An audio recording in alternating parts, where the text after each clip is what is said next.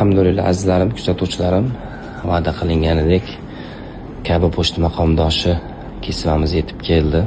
Ko'ryapsizlar, mana shu joylari tilla suvi yurgizilgan. Mana bu joy kumushdan. Dokumentlari ham bor. O'zbekistonga olib ketishlikda hech qanday muammo bo'lmaydi, alhamdulillah. Ko'ryapsizlar. Bu kim uchun?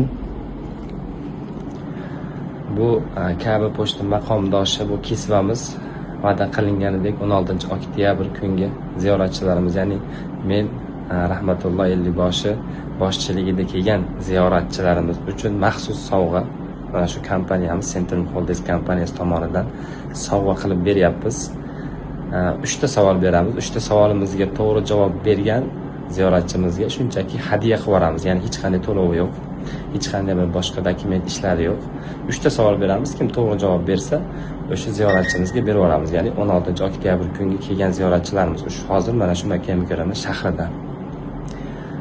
Qani ko'ramiz, qani kimga nasib qilar ekan. O'zim ham juda qiziqib ketyapman. Chunki juda ham bir bebaho bo'lgan sovg'a. Buni uyimizga olib borib, devorimizga ilib qo'ysak, qanchalik bir uyimizni to'ldiradi, qanchalik bir boshqacha juda chiroyli holat. Ochig'i o'zim ham havasim kelyapti, aziz yurtdoshlarim.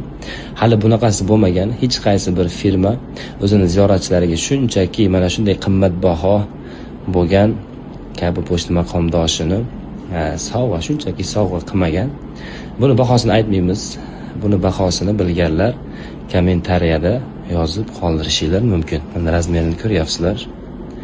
Kattaligini. Qani ko'ramiz azizlar. Kim yutib olarkin, kim nasib qilarkin. Barchaga omad tilaymiz.